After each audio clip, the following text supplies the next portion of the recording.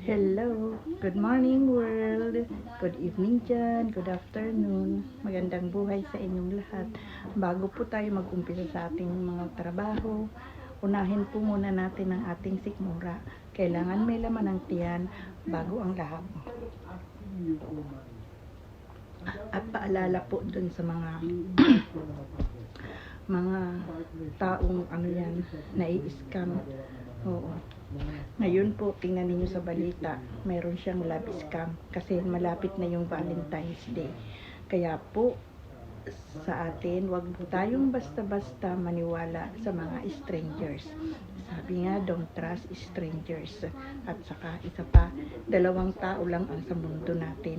Isang manloloko at isang nagpapaloko. Yan. Madami pong nai-scam ngayon kasi syempre Valentine's Day, kailangan din ng pera, ng ganyan, gumagawa ng paraan ng mga scammer sa lahat ng platform. Kaya ingat-ingat lang po, huwag basta-basta magtiwala. Kahit anong ganda pa niyan, kahit anong sexy pa niyan, kahit anong pogi pa niyan, pag hindi ninyo lubos na kilala, huwag magtitiwala. Thank you guys for watching and for having a cup of coffee. Thank you.